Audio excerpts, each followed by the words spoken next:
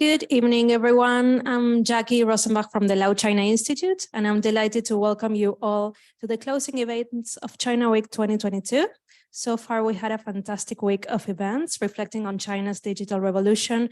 And this evening, we have a very special event in partnership with Asia Matters, where we'll listen in to a dynamic discussion between one of the world's leading China experts, Professor Kerry Brown, director of the Lau China Institute, in conversation with the renowned journalist Andrew Peaple, news editor of The Wired China and host of Asia Matters podcast.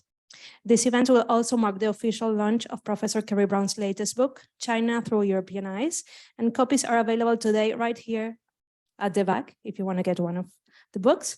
So please join me in welcoming Andrew Peaple and Professor Kerry Brown. Thank you so much. Well, thank you. Hello and welcome to CSDS Asia Matters, the podcast where we look to go behind the headlines to discuss the most important stories in the world's most fascinating region.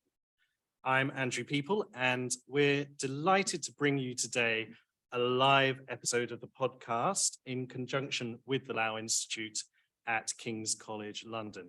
And our guest today is the university's Professor of China Studies, Kerry Brown. Thank you so much for joining us, Kerry. As everyone in the audience here will know, Kerry is one of the UK's leading academics on China and a prolific author, having started his career as a diplomat in the British Embassy in Beijing in the 1990s. In today's episode, I'm going to be talking with Kerry about two of his most recent books. Firstly, Xi, A Study in Power, which looks at the rise of China's leader and where his rule might be headed. And secondly, this fascinating collection that Kerry's put together with Emma Chunga-Dunn, entitled China Through European Eyes, in which they take excerpts from writings on China by thinkers from Marco Polo to Voltaire, Karl Marx, Simone de Beauvoir, and so on, looking at the ways in which they've interacted with and interpreted China. Kerry, thank you so much for joining us. It's a great pleasure to be talking to you today. Thank you very much. Thank you. I'm going to dive in. We're talking during the 20th National People's Congress in Beijing, still ongoing, another couple of days to go. Xi Jinping, he's given his major policy speech on China's future direction, but we haven't yet had confirmation of who's going to be in the Politburo Standing Committee, whether it's 7 or 5 or 9 people. We don't even know that for sure yet. Still, it's pretty obvious by now that Xi is going to get this third term, at least as China's leader. So my first question to you is, was that ever really in doubt? Yeah, I noticed the Sun political correspondent, Harry Coles, has written a book recently called Liz Truss, Her Rise and Rise to Power. And I have to say, that's going to come out in December. I can prove that writing about an autocrat is way more predictable than writing about a democratic leader. So I guess that's proved one thing. So on Sunday, we might all have a bit of a shock and maybe there'll be differences, but I think it's most unlikely. And I think it's unlikely because the messaging has been overwhelmingly for, kind of the key leader to continue. And because it's the sort of main investment the party's made, right? I mean, it's invested so much in this kind of persona that she has got. And I mean, whether, I think someone was reviewing the book on Xi for The Spectator, and they said, who is Xi really? What's his personality? I don't know whether that exists anymore. It's sort of like this extraordinary kind of like collective construction, really. But I think it's pretty likely that on Sunday there'll be, he'll march out with whoever's behind him. I don't know. I mean, there might be 5 people, there might be 7 people, but when everyone's going to agree with you, no matter what you say, what does it matter? Absolutely. We saw the speech last Sunday, great long 3.5-hour speech, I think. And obviously these sorts of events are pretty well stage managed and planned in advance. But what did you take away from that speech? What have you taken away from the last few days in terms of any changes to the policy direction that China's taking, that Xi is taking? Well, these congresses are the world's sort of biggest political theater, and like going to see a play that you've seen before and you know the ending, you often kind of, I mean, I don't know, I've followed probably 4 or 5 of these congresses now over the years. And you kind of, this one is the one where the ending is most predictable, I suppose. But I don't know whether that's made me complacent. What I've seen, I suppose, is this enormous act of affirmation. You know, I mean, it's all very, very clear in that long speech. I mean, actually, he spoke for 2 hours, although the written, you know, the written text was longer, but mercifully he left out an hour and a half. And I kind of feel that the things that were said there, again, none of it's a surprise. I mean, in politics in China, it's never really been about surprises. Surprises are not a good thing. I suppose if you think of party conferences in Britain, I mean, they've got to grab people's attention. There's competition from a lot of other things, including other party conferences, right? Whereas in China, I mean, there's no competition. It's got to be about an affirmation of a message. And so the whole kind of event is really to convey that pretty sort of reassuring, you know, standard, we believe in this is what we're going to do. But the only thing that was probably interesting was the quite hard language on Taiwan. Yeah. Apart from that, I think most of the other things would have been weird if they weren't there and were not particularly startling because they were there. Yeah, I see. Much of the commentary I've seen has talked about there being a lot of continuity, as you say, not too many surprises from what we've heard over the last few years. And what you tend to get then with these speeches is people look quite closely and they count up the number of times that certain words were mentioned. And I think one thing that's come out of that is he talked quite a lot about development as normal in terms of China's economy. But there also seem some people have pointed to as a stress on security and China's security. Can you explain what the background to that sort of shift in emphasis might be? Yeah, look, I mean, people say, you know, China's obviously changed a lot under Xi and especially in the last 5 years, but there has to be a recognition that the outside world is often what politics in China is responding to. I mean, the attitude of America, the attitude of, you know, China's neighbors, but particularly America, is extremely important. And that world has become really different, even from when Xi came to power, you know, in 2012. I mean, it's very divided. It's very unstable. It's not very predictable. China is now in the business of manufacturing predictability, which was not the case when I first started dealing with China in the 1990s, where it was always about, oh my God, you know, is China stable? I mean, David Schamberg, I remember, wrote a whole kind of book about, is China going to fall apart? And, you know, what happened is obviously completely different, that in many ways, economically and politically, the world outside has fallen apart. Now, that language about security, part of it is that China has always been, you know, very, very obsessed by security for maybe very good reasons. You know, part of it is actually because the outside world is definitely nowhere near as predictable and easy to deal with for China. So it's a much more symbiotic relationship.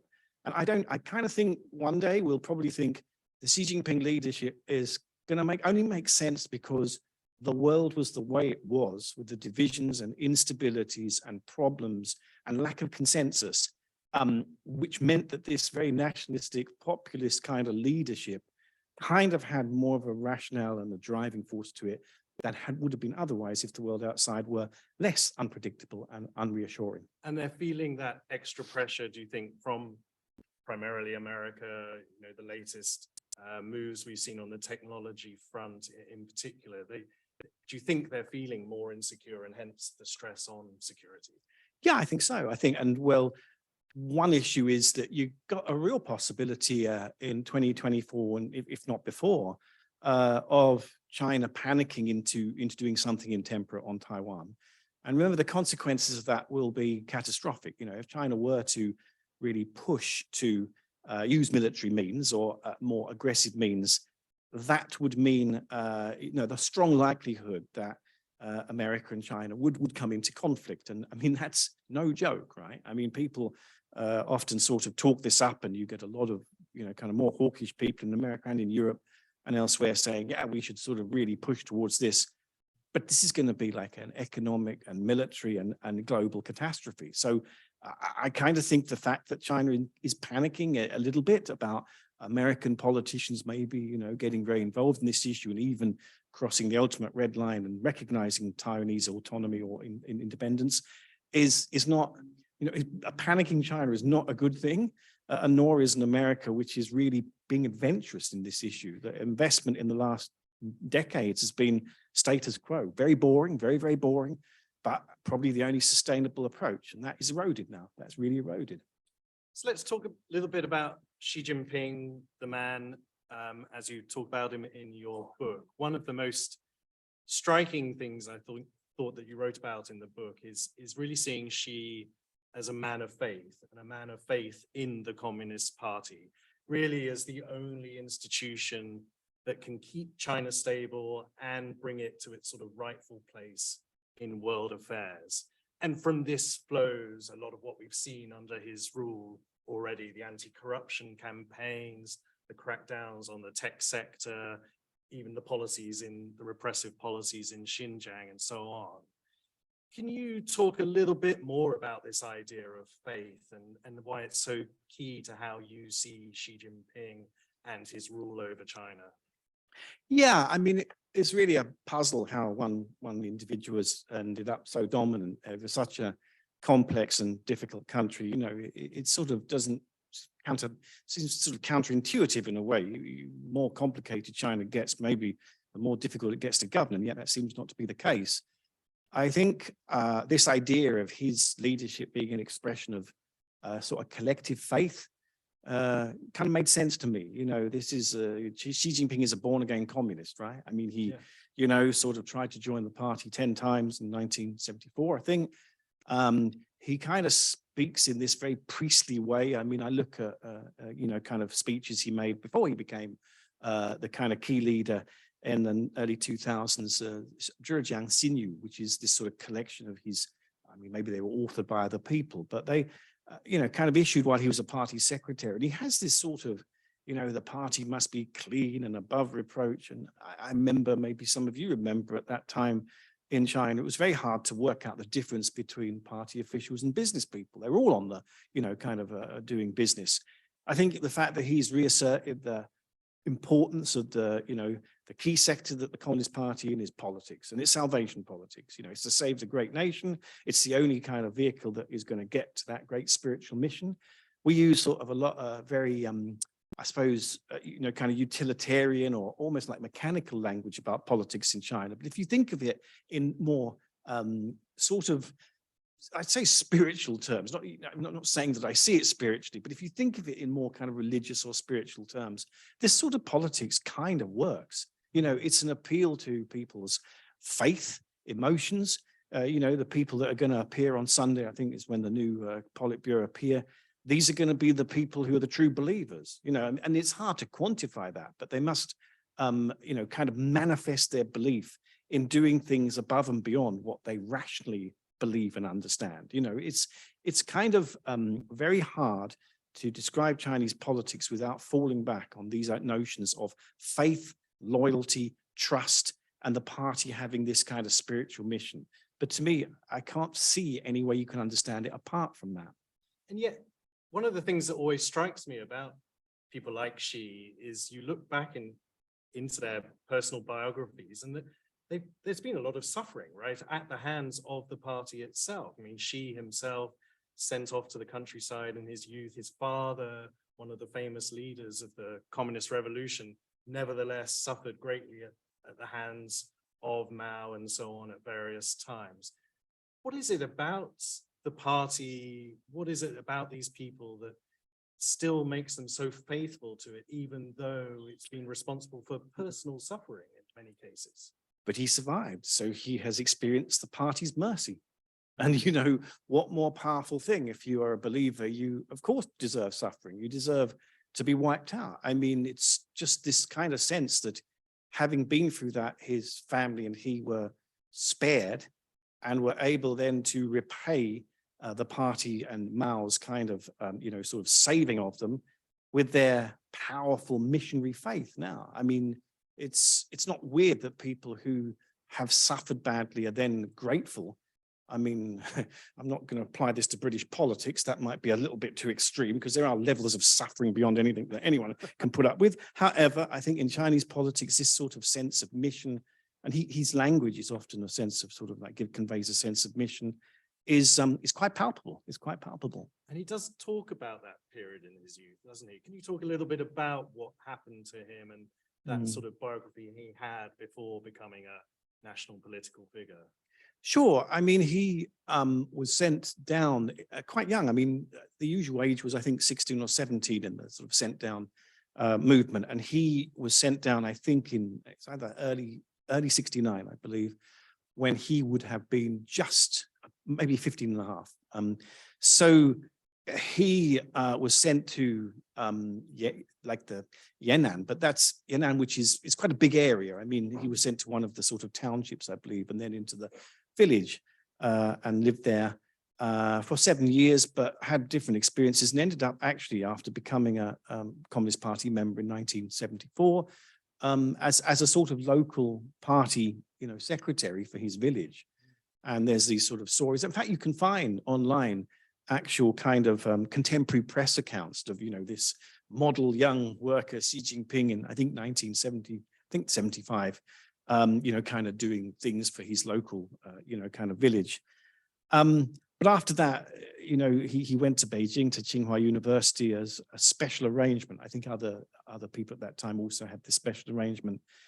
Briefly was a military, kind of in the military, and then afterwards in civilian governance.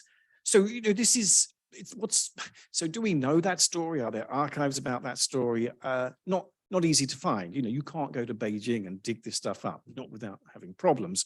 But it's interesting what's been made of that story, the narrative of Xi Jinping. I mean, Hu Jintao was the man from nowhere, right? I don't even know to this day where he was born. Was it Shanghai or Anhui or whatever? Xi Jinping is the man from everywhere. I mean, he's like everywhere. He's the everyman.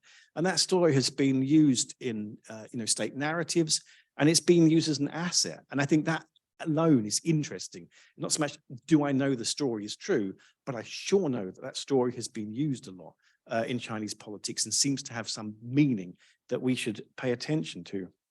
And then he spends a long time as sort of party official in Fujian and then Zhejiang province. What do you think those experiences gave him?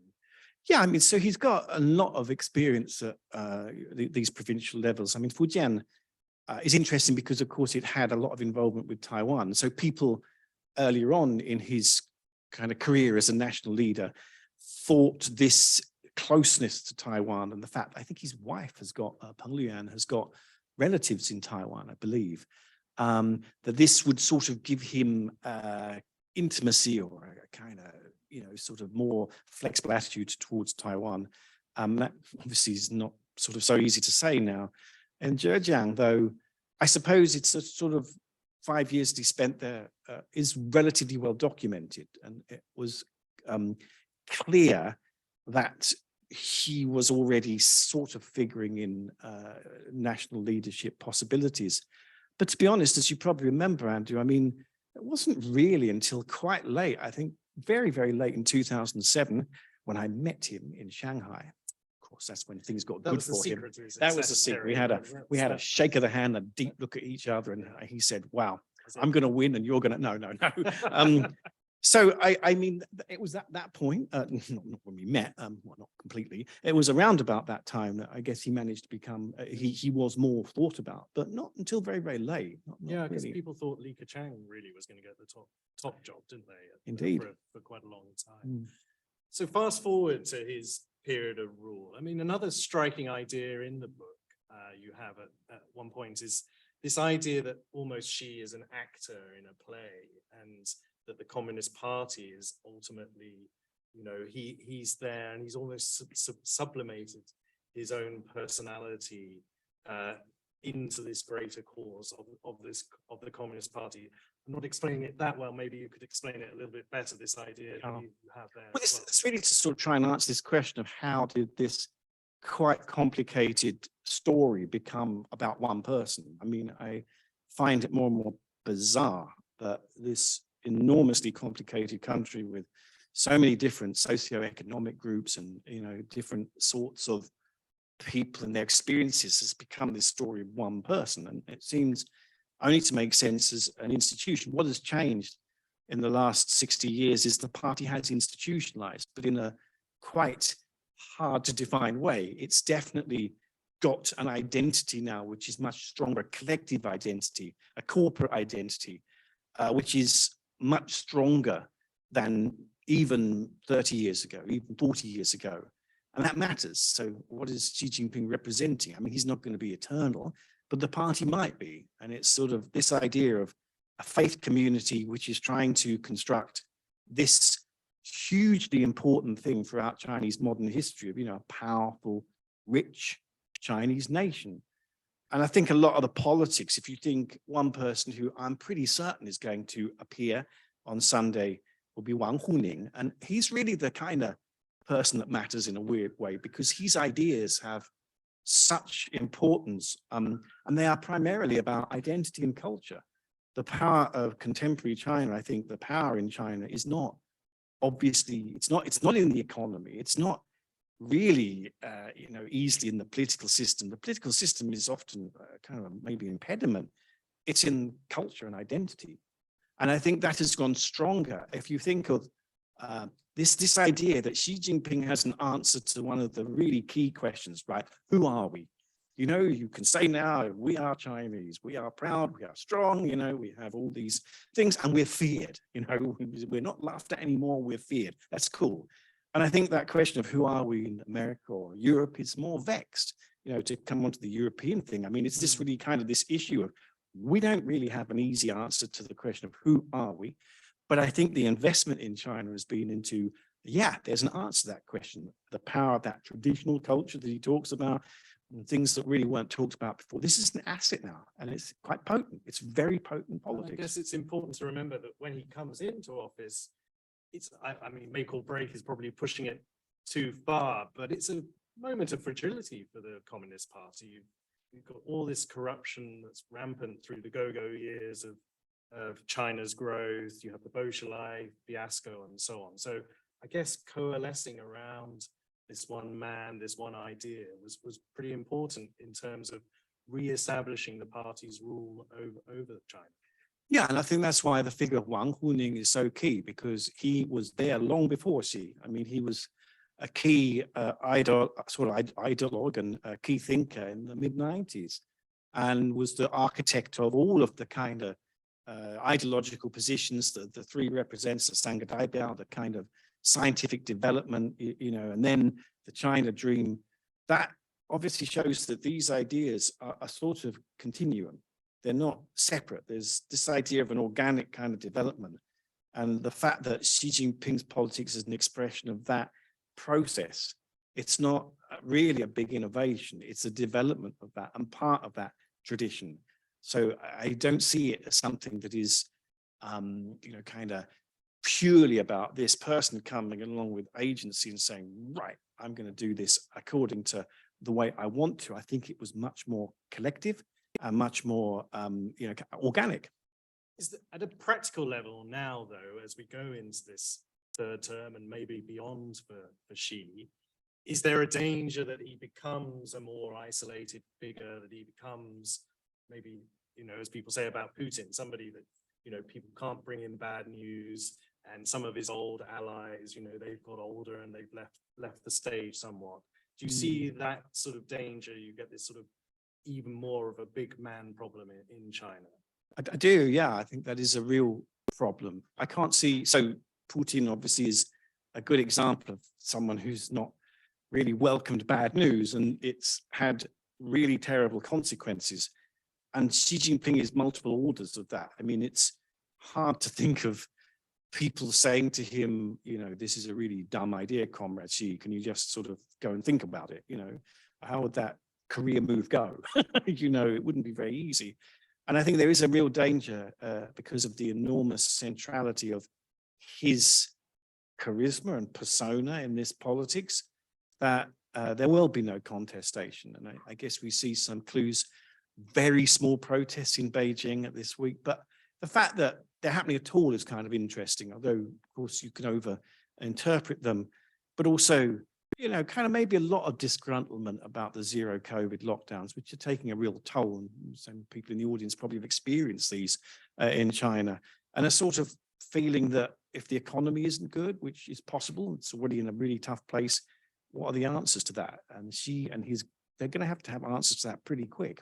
Yeah, I was going to ask, what other vulnerabilities do you see now going forward for China? I mean, you write again in the book about how much of Xi's success is down to telling this story of success in China, and that, the party is the institution that will help China achieve this goal of being a moderately prosperous society and so on. So much of the persona is around this idea that we are successful, we are bringing success to China. Aside from COVID and so on, where else do you see the sort of vulnerabilities to that story in the sort of near to medium term? Well, I mean, so the immediate issue is what do you do with the, kind of housing market, the huge pressures on growth, unemployment, quite high. I don't know what the actual statistic is, but it's clear it's very high. And this constant need to really decouple from a pernicious and irritating outside world. I mean, it's, the feeling is mutual. I mean, America is also deeply into decoupling, as we saw with Biden's semiconductor, kind of the stuff this week or last week. But the reality is that there can't be any decoupling. I mean, the pandemic has proved this is a pretty flat world now, and environmental issues, it's hard. How can you decouple each other? If you're going to solve it, you'll solve it together, or you won't solve it. I kind of think if we survive 100 years, if there is one thing that the Xi leadership will maybe be remembered for, if it doesn't do anything crazy on Taiwan, will be doing something about climate change. I think that's the historic, and that's the thing that should be the focus of all engagement too, that if it's right what is being, and I have no reason to doubt this, right, we're being told about the critical, states of the environment, China is absolutely key to that. And it's the area it speaks, and he spoke last Sunday about this in Beijing, where there's a common language. And that surely is a big, big relief. If we were facing a China that didn't accept that, we would really have a problem. So I guess if that is the focus for all of our diplomacy and work together, other things can happen. At least we've got that. So we should be positive about that. Talking of finding a common language, let's move on to your second book, absolutely fascinating, China Through European Eyes. Can you tell us, well, first of all, why you decided, why is this the moment for this book? Why you decided to put it together, and what the sort of main themes of it are?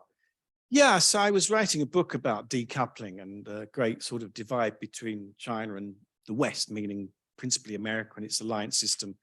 And I kind of was referring to the Enlightenment West, and realized I didn't have a clue what I was talking about. And then thinking about how often in the past, these figures in European history had been referenced, that I never really read what they had written about China. And I kind of put together this group of 16 from Marco Polo, because he's of course the great, in the beginning, whatever one's views about whether that account was realistic or not. Whether he really went there or not. Indeed. But also great Enlightenment figures. And the thing that I found really interesting was that the debate that we have today in Europe and in Britain about, on the one hand, a kind of fear, I suppose, and a worry and anxiety about China, and on the other, sort of recent past, at least, maybe not so much today, a kind of idealization of China often, that these were very well established, and figures from 300-400 years ago had taken very positions. This European, the structure of European attitudes towards China is long-standing. It's well, kind of established. It just seems to get retold every generation, and forgotten before it gets retold. But this is a very long-standing divide between the idealization and the demonization. And I think that is, at the moment, of course, it's also cyclical. So at the moment, we're really in a demonization position or an anxiety position. But I mean, it's often been very idealistic. Yeah, it's fascinating. And of course, there's another strand which basically sees China as a market opportunity as well, and that comes through the book as well. Do you think these ways of that these European thinkers have thought about China, to what extent have they got in the way of just simply taking China on its own terms, listening to Chinese people, talking to them about their lives, their thoughts, their hopes, their beliefs, and so on? Well, unmediated China or China on its own terms is also probably a myth. I mean, because we're always somewhere and we're always looking at something, we being Europeans looking at China, we can't pretend that we're somehow sort of transcendent to that. I mean, and this book is a sort of recognition for that. Actually, a lot of the time, European, kind of thinking, particularly, and British as a sort of subset of that, but sort of talk about European thinking, is often not contextualized. It's not located somewhere. We have this long history. It's a really long history, and it's extremely well documented. And it's the great figures that I've used. They are not figures that are at all specialist on China. They're just great intellectual figures. Leibniz, Voltaire, Montesquieu, Hegel, Marx, who wrote scathing things about China. I mean, they're really significant figures for the development of intellectual, kind of culture in Europe. But they all had thoughts about China, and they all contributed, I suppose, to this background noise. Today, we as Europeans, we sort of live in that historic context, but probably without a great deal of awareness of it.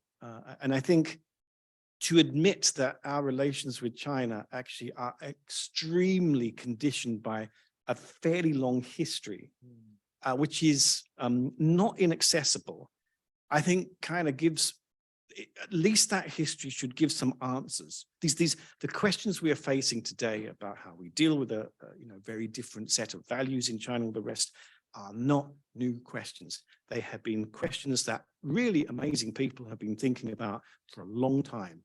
And I just wanted to make those thinkers, kind of more accessible, at least put it in one place so you can read through and get some sense of what they thought and where they came from, so that we can, get benefit from that today. And it's striking, of course, because a lot of the earlier thinkers, very few of them had been anywhere near China as well. And yet they write in a very clear and quite knowledgeable way about China and what they've learned about the place. It's very interesting. To what extent do you think that a sort of distinctive European way of looking at China has developed, and that we can sort of discern today, as opposed to an American view or an African view or the view of other Asian nations? To what extent do you see that having emerged? Well, I suppose the simple answer to a very complicated issue is that values were always there and always mattered, but it's hard to spell out what it means. And any discussion today about China is going to implicitly or explicitly touch on that, values, and it's sort of interesting that this idealization or demonization of whatever was thought about China, it seemed that the problem was often that here was a kind of power or an entity that had extremely kind of hybrid thinking, didn't believe one thing, it believed, kind of Confucianism and Buddhism and, all these sort of different ideas, even in the sort of Enlightenment period. And for Europeans, I think that was the big problem. The Enlightenment project was a very tidy one, right? You want unity and you want to create a sort of universal framework in principle. In principle. And here you have a sort of power that is sort of violating that and really problematic. And I think in essence, that's still a problem. This kind of power that sort of is not saying we want you to adopt our values because you're not Chinese, so how can you adopt Chinese values? But then is also saying, but we're not going to adopt your, kind of values, your universalist values you think are universalist. That's sort of tricky, right? It's not a power coming along and saying that you believe dumb things, we believe smart things, so you've got to adopt what we have to say. It's actually saying you can believe what you like, but we're going to believe what we want. And that's a really different kind of challenge. So Kerry, taking you back a bit to your diplomat days, and also putting both of these books together in a way, the book on Xi and the book on European views towards China and bringing it to the present day. I mean, I think it's a time that we're going through where countries in Europe, Britain, of course, but also Germany, I think they're having a bit of a rethink about their approach to China right now, France and so on. Some of the southern countries in Europe, of course, have had close ties with China, but we've, of course, seen the spats with some of the countries in the Baltics in recent months. So, as I say, taking you back to those diplomat policymaker days, what do you advise? Do we look at China? Do we say, okay, look, it's just a market, let's carry on Volkswagen, let's carry on doing business with China, and we'll sort of mention human rights, but we'll kind of keep that quiet? Or do we join in this more aggressive approach that's been spearheaded by Trump and carried on by Biden in the US? Big question. Right. What are your thoughts? I guess. So for me as a person, I can only really contribute. So what I'm working on at the moment is a history of Britain's relations with China from the beginning. So that's from about 15. I think the first recorded contact was Elizabeth I writing a letter to the Wanli Emperor in 1586. Portuguese and others obviously had much earlier contact, so their histories are different. But I thought the thing that I find most frustrating listening to the debate about China in Britain is the fact that there is no historic awareness. In essence, you have a China which has a narrative about us, whether we like it or, I mean, the unequal treaties and all that stuff. It has a narrative, right? And we don't have a counter narrative either, because we are kind of, uneasy about colonization, imperialism, these things, or because we just couldn't be bothered to find out. This history for Britain is actually, again, a really, really well documented one, and actually one that has lots and lots of cases of, what did Britain want? Often it was described just as trade, but trade is never just about trade. I mean, it's about power structures. And lots of it is actually really kind of quite interesting to know. I mean, a bit of Trivial Pursuit. The first British person who is recorded to have, learnt Chinese was, I think his name was James Flint, I believe. And he was rewarded by that for going to Beijing and daring to try and get an audience with the emperor in about 1756 by being shut in jail for 4 years and then booted out of the country.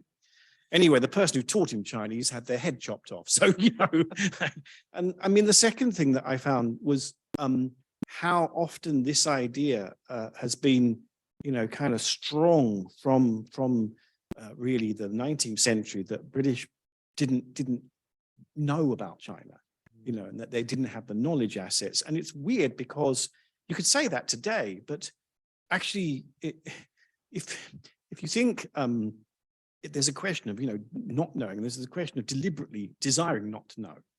And I think it's sort of very hard today. I mean, many people in this room, are from China. I mean, it's very hard to sort of not know about China. You have to really work at it. And we have to say there are some people I know who really do work at it.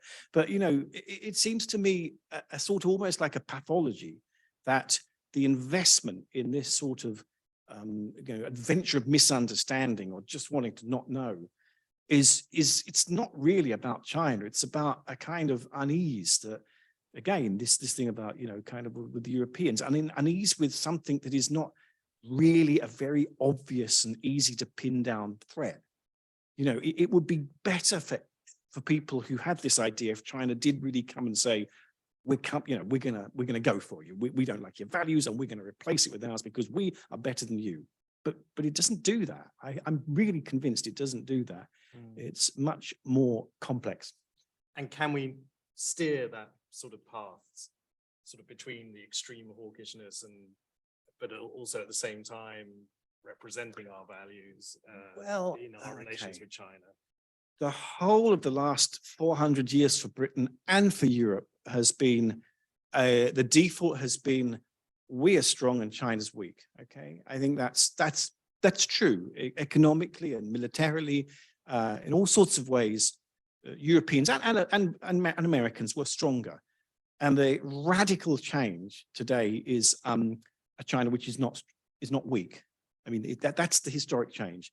So to change a mindset which has been in place for a long time is really hard. If you look at a lot of the language used publicly about China, the assumption of China possibly being weaker is still there. The idea that China should be talked to in certain ways and sort of sign up to certain things because it's, you know, it's not a Western power. It's a weaker power. It's, you know, kind of values are weak. All this stuff that's still there, and I don't see any way of solving this cognitive dissonance unless we radically reevaluate that and accept that China has disappeared, and now it is a China which is strong.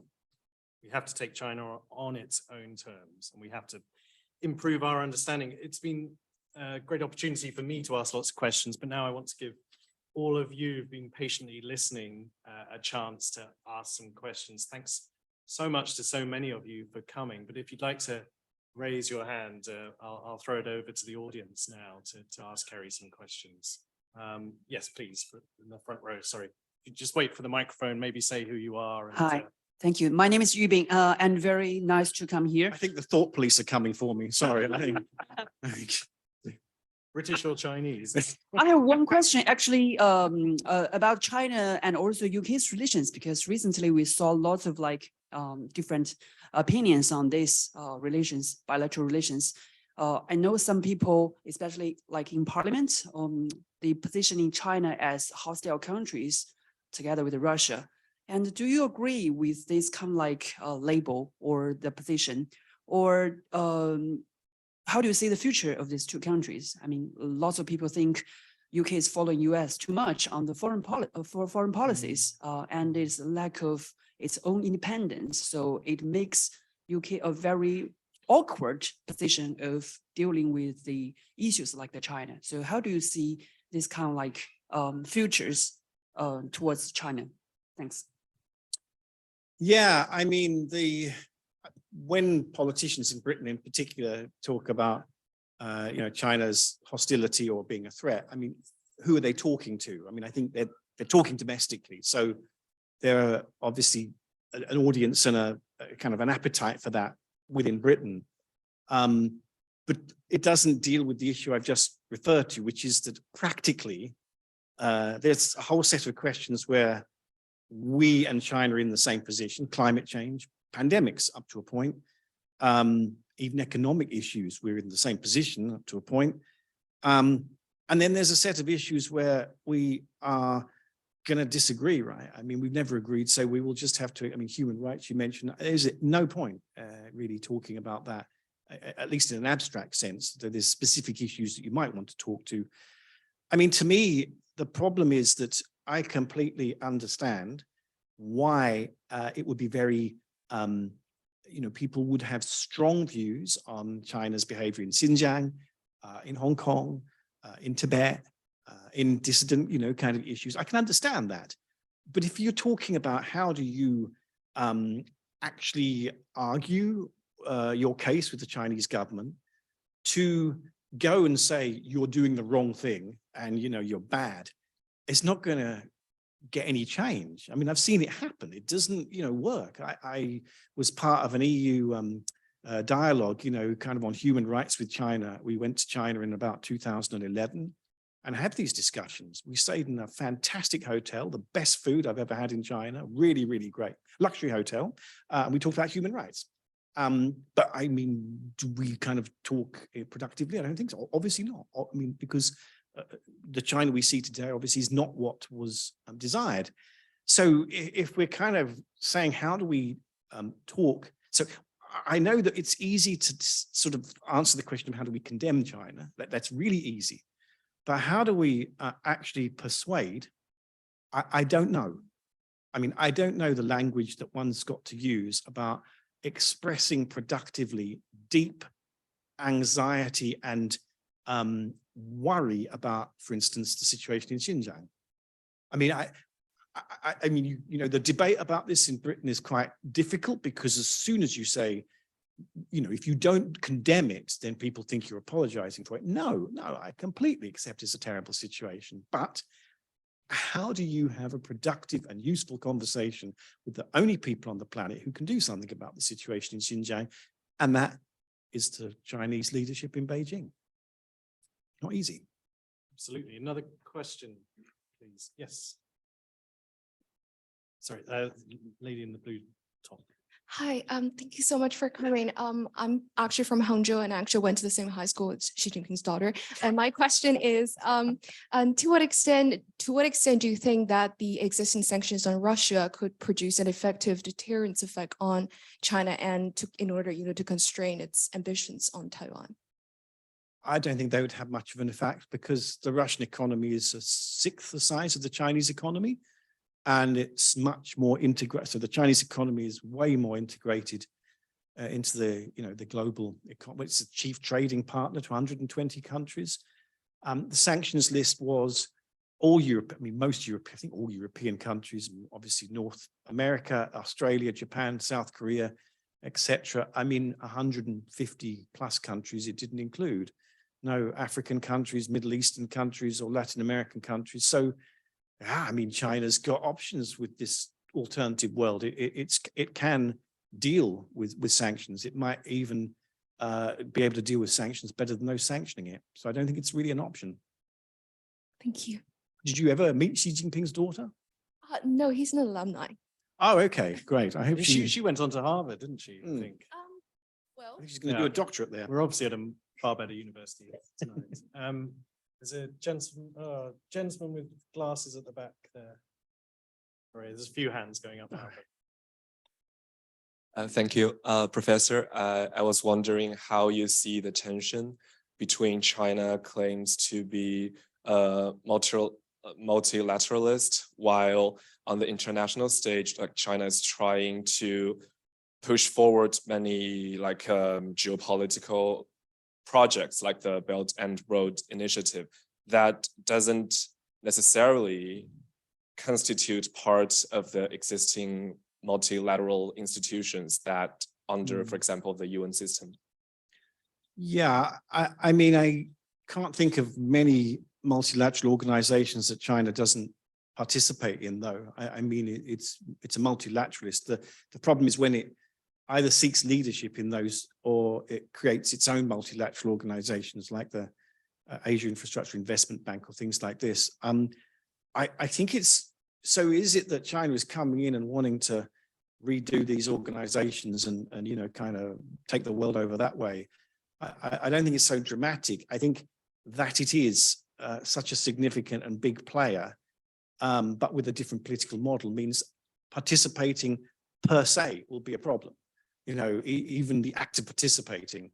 I can also understand why China would want a sort of global order which was a bit more representative of its desires, because it's a fifth of global GDP. So that's not a mystery. I am puzzled by why something like the Belt and Road, which I find quite mysterious and elusive in a way, gets people to panic so much. I don't know why we're panicking so much. I mean, I kind of think it's really strange in 2008-9 when the great economic crisis happened. Chinese investment started to come to London. I remember being told by bankers and others then, we don't need to worry because our rule of law and everything, if people come, they're going to have to act according to our rules.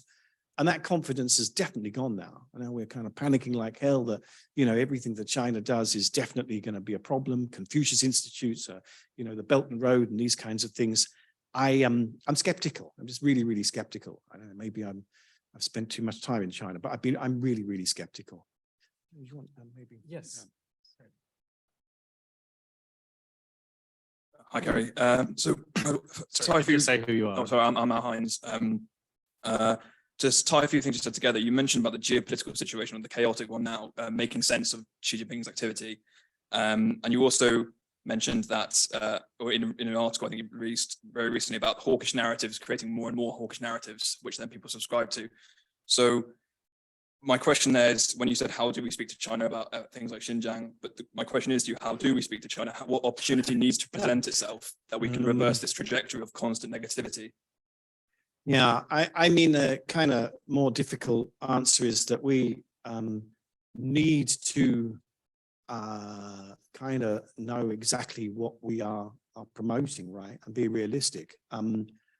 And I can see that there may be intricate policy sort of arguments where you could try and say this is ultimately a self-defeating policy in Xinjiang. Okay, I mean, I've tried that in Beijing. I tried it about 3 years ago with someone from the PLA, and it didn't go well.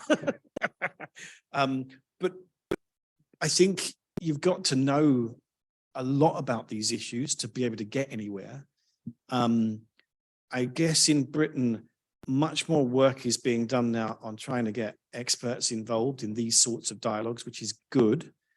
There's a consciousness that we have a lack of people who really have decent specialist or technical knowledge. I mean, you're obviously now sort of also helping to answer that in government positions.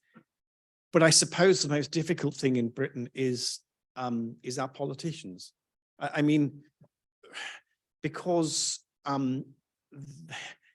their political position may be nothing to do with a accurate or a technical analysis of something. It's about a political position.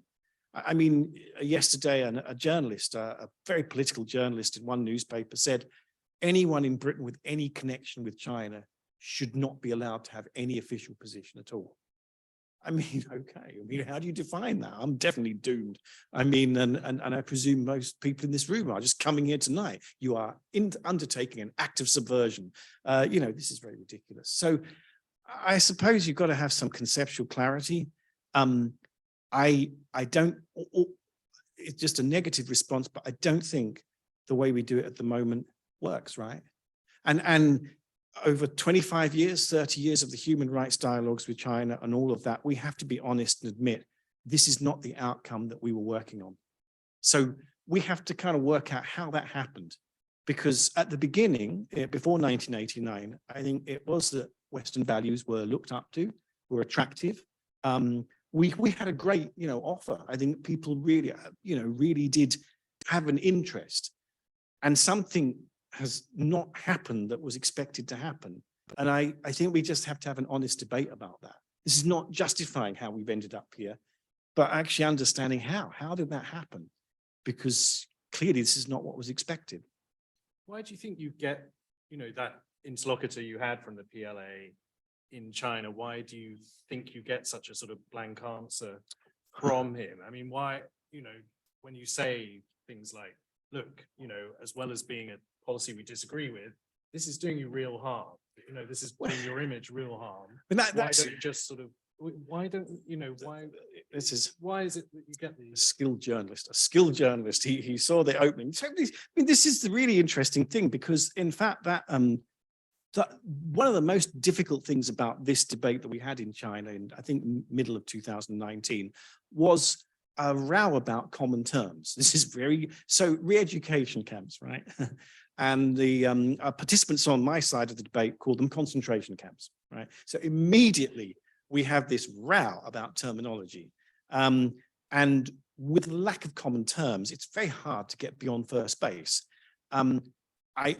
So even then, when we get into the policy issues, the argument really was from my side that, okay, I thought maybe experience in Northern Ireland and the calamitous outcomes of aggressive security policy there in the early 70s, which I remember, it's the mid 70s, that this would be something, okay, we could admit that this is also, mistakes were made in security policy in Britain too, but it's sort of really didn't get anywhere. I mean, the guy said, we're dealing with a different issue. It's, how can you understand? Central Asia has always been a vulnerability for us. If it wasn't you in the, Victorian period, it was the Russians. And then if it wasn't the Russians, it was, other people trying to come and stir things up. And, we cannot take chances with this.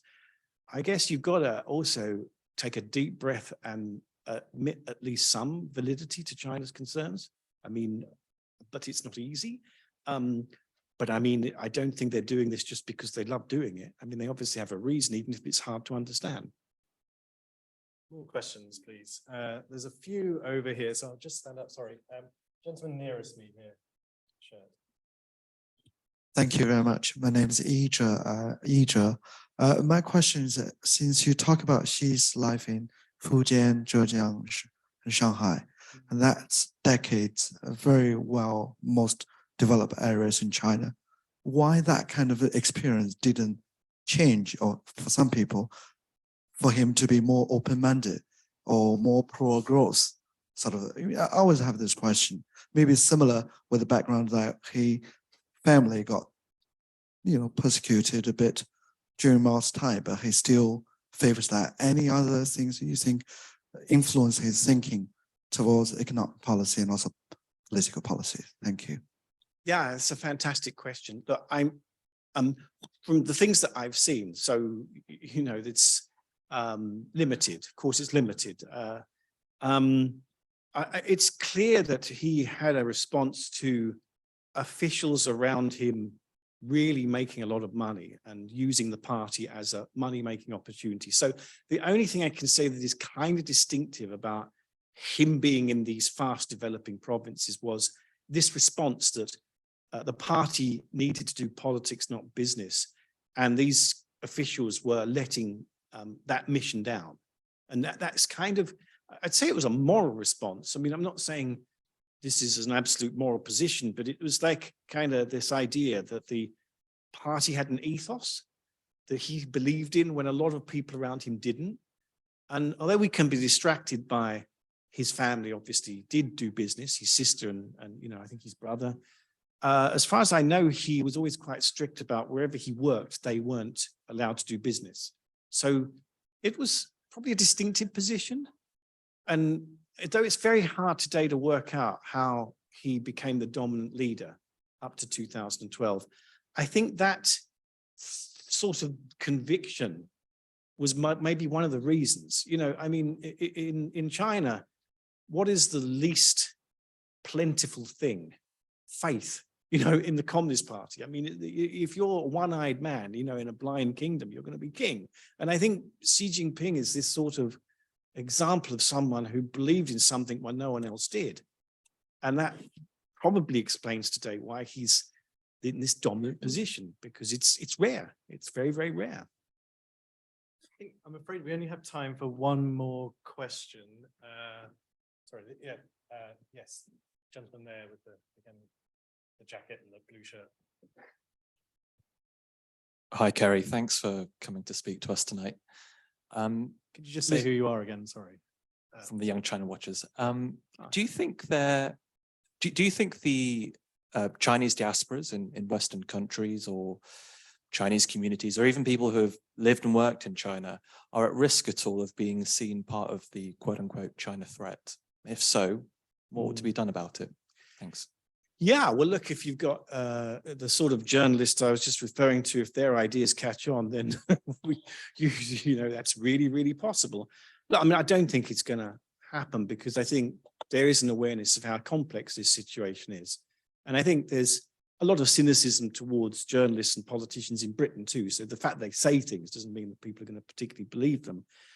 But I think it's obviously a problem if you don't have consultation and ways in which you can try and build consensus. And on the issue of China, obviously there needs to be a consensus, and a consensus which is not, we think that these people are the enemy and we're going to definitely fight them. I mean, that's obviously not a good outcome.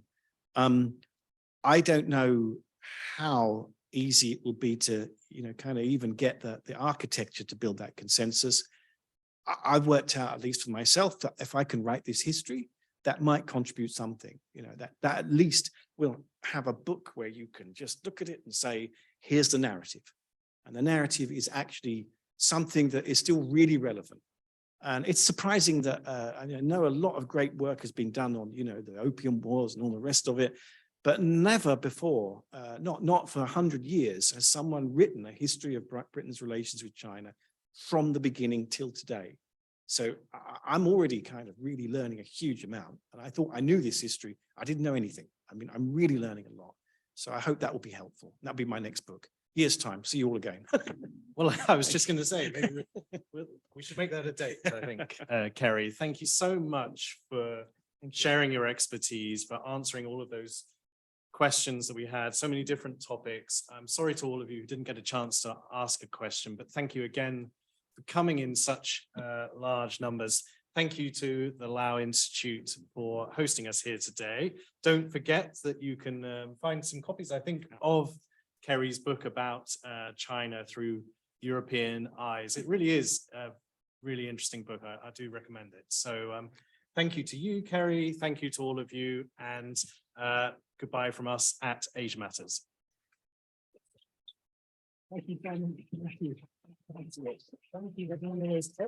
Thank you so much to Professor Kerry Brown and Andrew Peaple. It was a great pleasure to have you both tonight.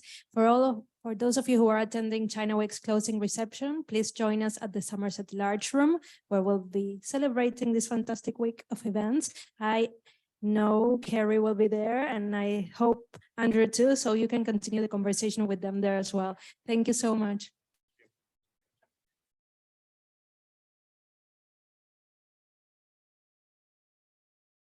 The other side. Okay, yeah, I saw it. Yeah. A few meters. Okay. Yeah. Great. And you plugged your next book as well. Yeah, I mean, That's fantastic. I'm really learning a lot right Yeah. this one. No, thanks for that. No, you can't avoid I, today, I'm afraid. But it is- No, you may as well preemptively, get in preemptively. But people ask some good questions. I thought it was a valuable question at the end there as well. So yeah, it's great. Yeah, it's Great. Hello. You know when it's all coming out. Yeah, I'll see you in the reception. Yeah, it's just.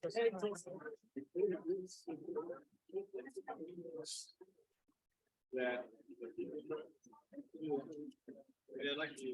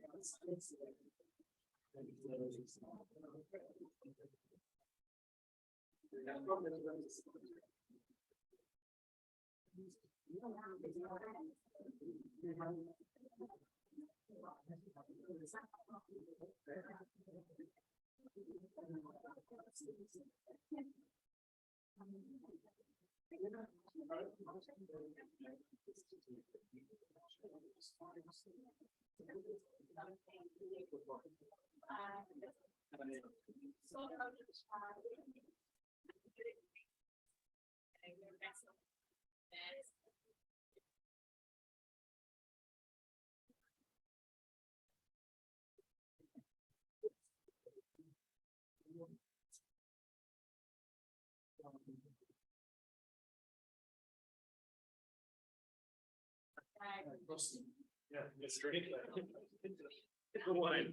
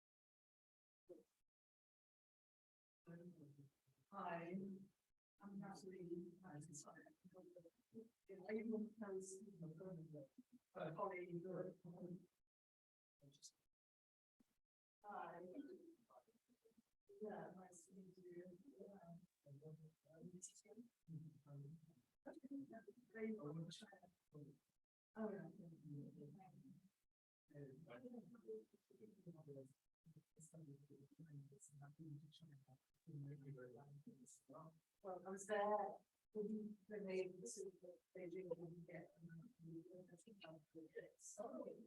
so you know the streets were lined, yeah, the streets were lined with Spain, you know,